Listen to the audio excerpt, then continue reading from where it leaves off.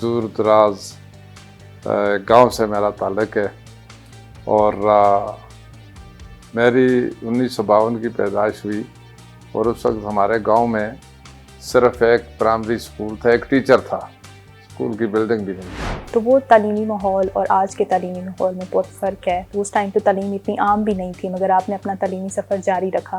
تو کیا موٹیویشن تھی اور کس طرح کی مشکلات تھیں؟ جس طرح کہ میرے والد صاحب 4 سال کی عمر میں فوت ہو گئے. میرے بڑے بھائی حاجی محمد اسماعیل صاحب مرحوم، انہوں نے میری کفالت بھی کی. الحمدللہ اللہ کے فضل و کرم سے میری والدہ نے بھی. جیسے آپ کے تعلیمی سفر کی بات ہو رہی ہے تو اس میں ایک بڑا دلچسپ موڑ تھا آپ کا برطانیہ جانا.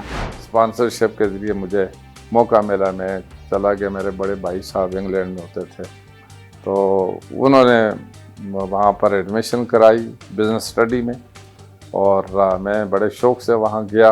یہ فیصلہ ہوا کہ آپ لوگوں کی اب نمائندگی کریں گے، تو وہ قصہ کس طرح سے شروع ہوا، آپ اگر ہمیں بتانا چاہیں؟ جمعہ کے دن نماز کے لیے گیا تو سب لوگوں نے کی طرف سے یہ آ گئی، تجویز آ گئی کہ جو لوکل کونسل الیکشن ہے اس میں جی حاجی محمد اسماعیل کا بھائی ہے جو باہر سے آئے ہیں، پڑھے لکھے ہیں، تو انہیں کو ہم الیکشن لڑاتے ہیں. 2013 میں نواز شریف صاحب کے دور میں آپ یہ وزارت آپ کے پاس تھی، تو اس وقت جب آپ نے یہ وزارت سنبھالی تو آپ کیا سمجھتے تھے کہ آپ کی ترجیحات کیا ہیں یا کیا مشکلات ہیں؟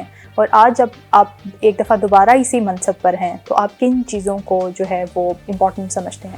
مجھے جب یہ ذمہ داری سونپی الحمدللہ ہم نے ان ساری چیزوں کو دیکھا کہ کتنا کم سے کم پیکج رکھا جائے تاکہ عام مسلمانوں کو یہ موقع مل سکے، وہ حج کر سکیں. تو اس پورے عرصے کے دوران آپ کیا سمجھتے ہیں کہ سب سے زیادہ چیلنجنگ جو تھا وہ آپ کے لیے کیا تھا؟ مجھے یہ فکر رہتی تھی رات دن کہ یہ کیوں نہ ان لوگوں کا حق ہے، ان کو ملنا چاہیے، ضرور ملنا چاہیے.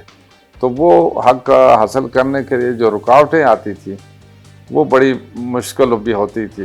مختلف مذاہب کی اگر ہم بات کریں، ہندو مت کی بات کریں، بدھ مت کی بات کریں یا سکھوں کی بات کریں، تو آپ کیا سمجھتے ہیں کہ آج پاکستان یا وزارت مذہبی امور اس سائٹ پر کتنا کام کر رہی ہے اور مستقبل میں پاکستان کی عالمی سطح پر اس سائٹ پہ کتنی شناخت ہوگی؟ ٹورزم کے حوالے سے جس طرح ایک بہت ہی قدیمی کلچر ہے یہاں ٹیکسلا میں اور اس بدھ مت کے دور سے، تو لوگوں کے لیے وہ بڑی اٹریکشن ہے. ظاہر ہے کہ جس طرح ہم مسلمان رکھتے ہیں، جیسے مکہ مدینہ جاتے ہیں دوسرے اپنے مقدس مقامات پر، تو غیر مذاہب کے لیے بھی اپنے مقدس مقامات پاکستان میں ہیں.